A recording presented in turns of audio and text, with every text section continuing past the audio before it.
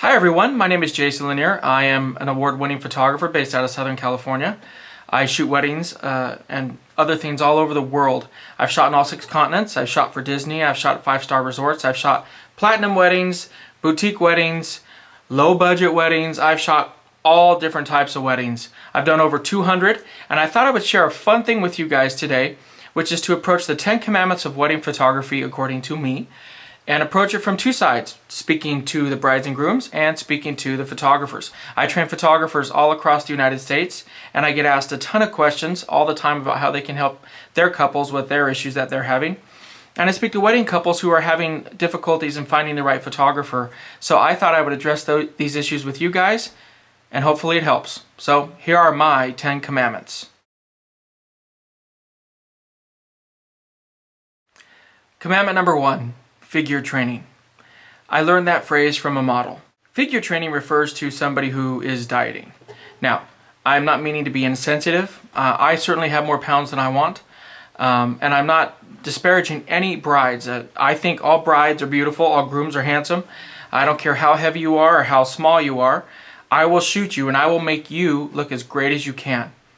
But I get asked this question a lot. How can you make me look thin for my wedding? Here's the honest truth, brides and grooms. We really can't. There are ways in which we can shoot you to flatter you. We'll shoot you from above. We'll do different things with your arms. We'll hold you differently. We'll put the veil over the side to make it look better. But the honest truth is there's not much that we can do outside of some of those techniques, which do help. But there's not much that we can do to help slim you. So when I speak with my brides, I very gently let them know if that's a concern. If it's not a concern, I don't even bring it up. But if it's a concern to them, they need to diet before their wedding. I can tell you that if I was getting married again and if I was to do a vow renewal, my wife probably won't want to hear this, but I would go on diet. So that's what I would do if I really wanted to look my best for my wedding. So that would be my recommendation to you. The truth is, even somebody very experienced like me, we can help with your figure and the way that you look, but especially newer photographers, they are not going to be able to do what you want them to do. You're speaking about back fat, especially with strapless gowns. There's not a lot, so if you're overweight, I would recommend looking for something that can help to cover you up front.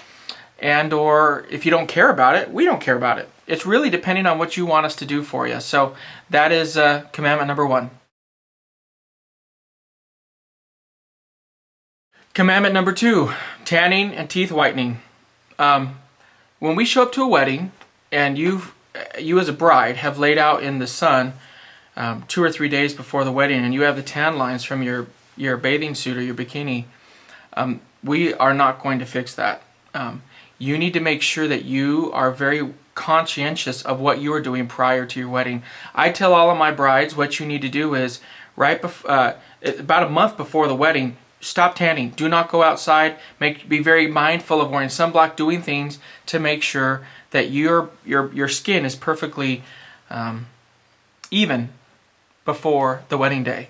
I've shown up to weddings and brides have had those tan lines, and I have to very honestly let them know that there's not much I can do for that. You got to understand, cloning skin is very difficult.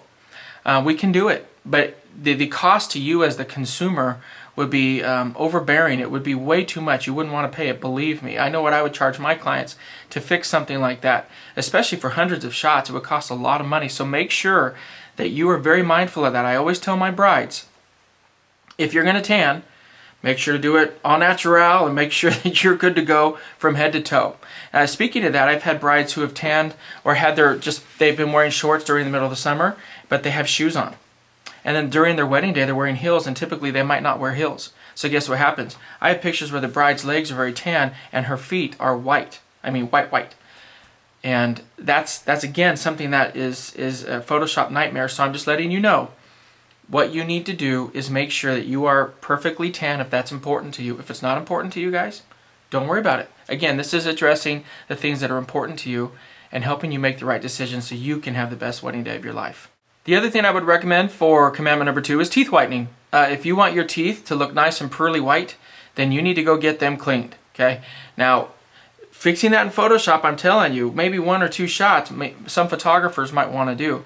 I'm telling you, the vast majority of photographers, including myself, it's just not cost beneficial for you. So I need to let you know, you need to make sure to get your teeth whitened. Most places these days you can get it done for 99 bucks, 200 bucks, whatever. And for the couple, I'm telling you, it makes a huge difference for your wedding day. So if you want your teeth to look nice and pearly white, get them cleaned. Commandment number 3, other wedding vendors. Now, I want to be careful in saying this because I think that wedding vendors are fantastic.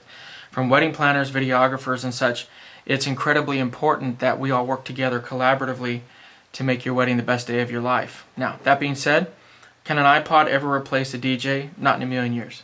They just can't. I've seen weddings where people have put the iPod up, and I'm not making fun of anybody. People have their budgets, and I get that. I'm just giving you advice. You can take it for what you want. Having a DJ there to control the event and make sure that they can manage the energy and the flow is huge. A wedding planner, make sure you have a wedding planner that is organized but not overbearing. I've had wedding planners who will walk the wedding dress all the way down the center aisle during the ceremony. Now, as for me as a photographer, it completely ruins my shots. So we have to have that discussion before the wedding. So make sure you find that balance with a wedding planner. Videographers. Now, videographers and photographers, we try to get along, but honestly, it's like cats and dogs. I'm just letting you know. Now, I know some amazing videographers, and I'm sure the videographers hate some photographers, and probably for really good reason. What I'm telling you is this. We are fighting for the same space. So at my weddings, what I require is that my clients give me creative control, which means I can very appropriately tell the videographer where I need them to be. Now, that isn't because I want to boss everybody around. It's simply because if they're in my space and I'm trying to get a shot, it's just not going to work. We need to work together, and I will always give a videographer the space to get their shots as well. But a quick example of that is when the bride is walking again down the center aisle for the ceremony. The videographer will almost always set up at the back center aisle, right at the left of the chairs, and he'll have his tripod that'll swivel, and it'll pan as they go. As the bride walks down the aisle, it'll pan with her. Okay, well, the problem with that is that tripod, which is usually very, very big, is set up right there. So if we want to get a wide angle shot, it's just not going to work. So I'm telling you, make sure that your wedding vendors speak. Make sure that your photographers and your videographers speak prior to the wedding. That's commandment number 3. Commandment number 4, wedding dress. This is critical because everybody's going to be looking at you, and this is how you're going to be photographed. Get a wedding dress that flatters you. Don't get one that your mom wants you to get. Get one that flatters you, okay? Make sure that you get a dress that accounts for your body type. Make sure it flatters you from top to bottom. Again, I referenced back fat earlier on, and I've had from the thinnest brides to the biggest brides ask me about back fat. Yes, of course I will get you to stand certain ways to where it will minimize that. Yes, I will shoot you from different angles and using different lenses to help you look better and to help you look your best. But nothing can help it more than you wearing the right dress for you. So again, make sure to get one that flatters you. If you are a heavier gal, which I love heavier gals, there's no problem with that. I love heavy, thin, I love all of them. When you're at your wedding, don't lean over because some of the stuff up here will spill over. Be very mindful of that. Be very mindful of your posture at your wedding. It makes a huge difference. So if you want to get the most out of your wedding day, get the right wedding dress. Commandment number 5, venue. Okay, venue is very important. And from a photography perspective, make sure to get one that allows you to have great shots. Look for lighting. What lighting do they provide for you? What lighting does just the venue in general have? Okay, good photographers should have flashes and video lights and all that jazz. But we don't have everything. We can't completely light an entire room unless you really want us to bring a truck full of light, which is going to cost you a fortune, which you don't want to do. So, as it relates to the venue, what you need to make sure to do is get one that has appropriate lighting. And I would really recommend that you look for one that has a great bridal suite. A lot of the times, venues have really horrible bridal rooms. They'll put you in a closet somewhere, they'll put you in some meeting room, and then you have to jimmy rig it with mirrors and something else to make it look nice. Look for a venue that has a really beautiful bridal room because that's where we can do a lot of great getting ready shots.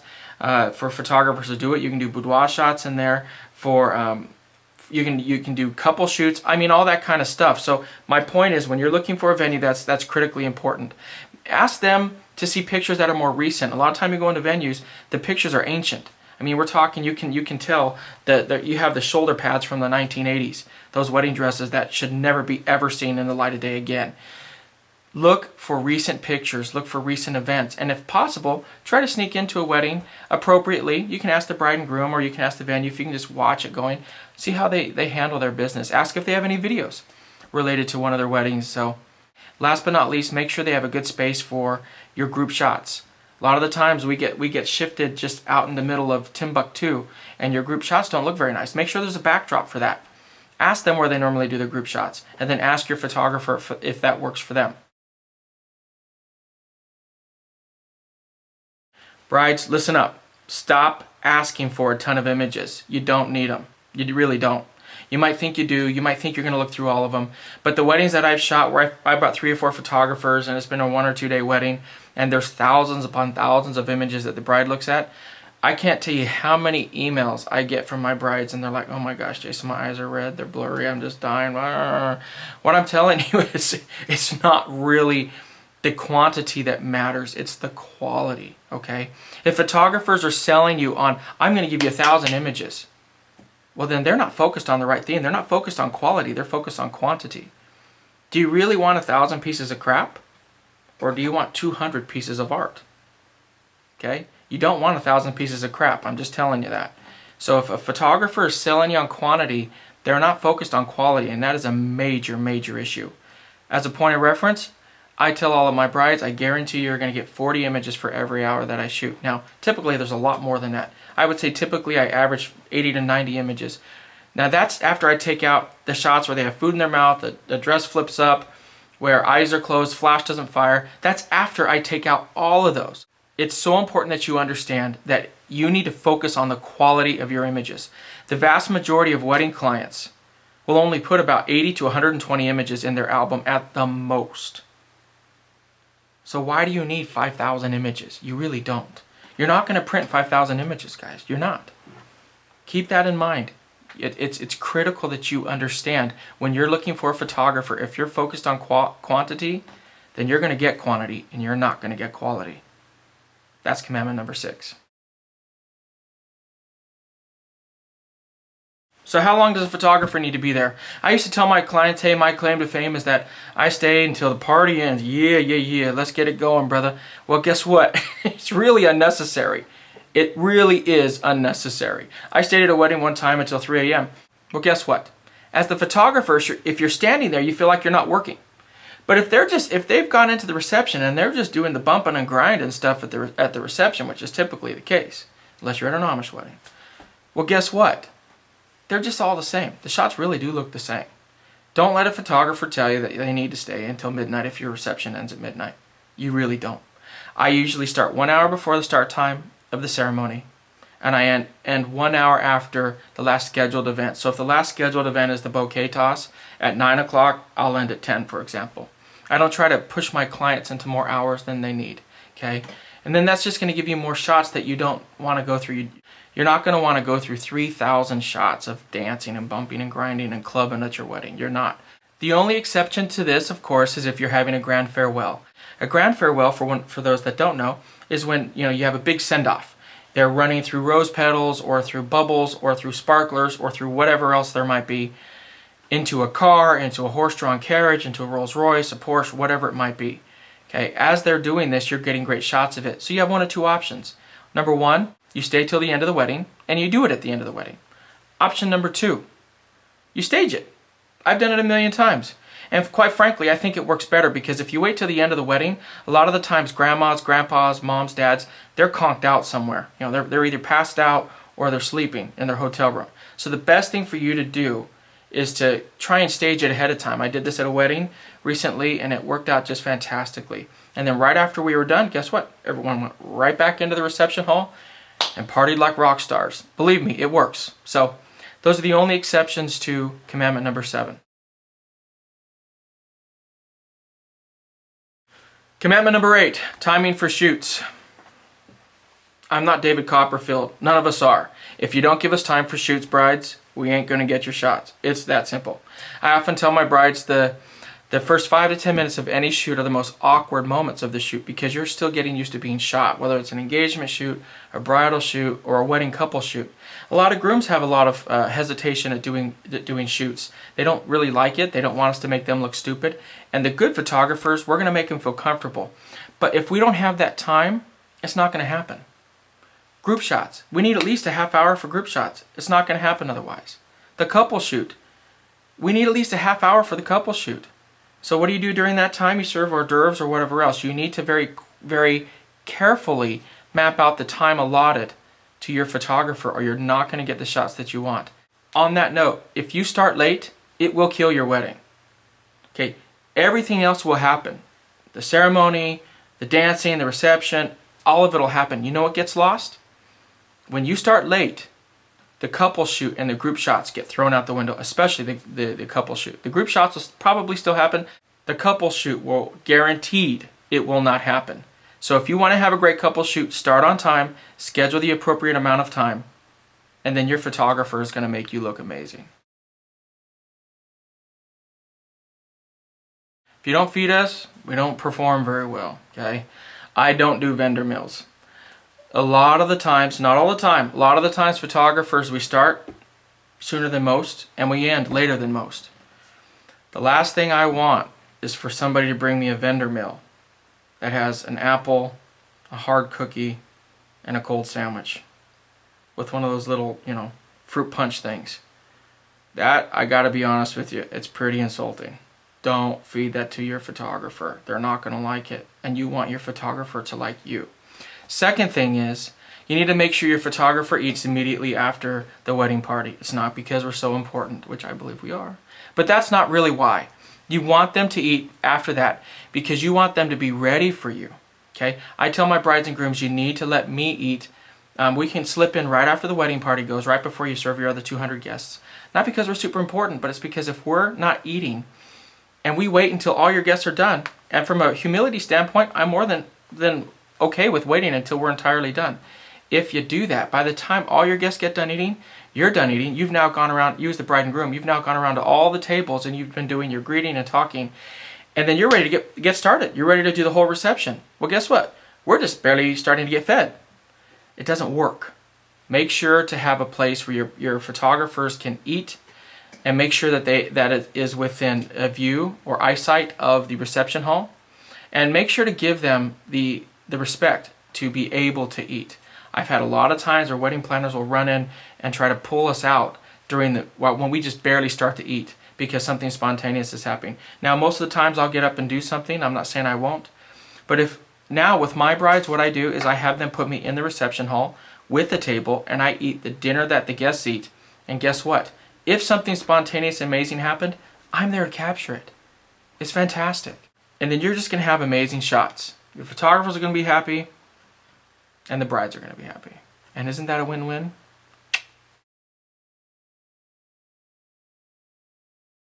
There's Jason's commandments. If you guys want, I'll frame this and send it all out to you. Okay, here is commandment number 10. No bridezillas.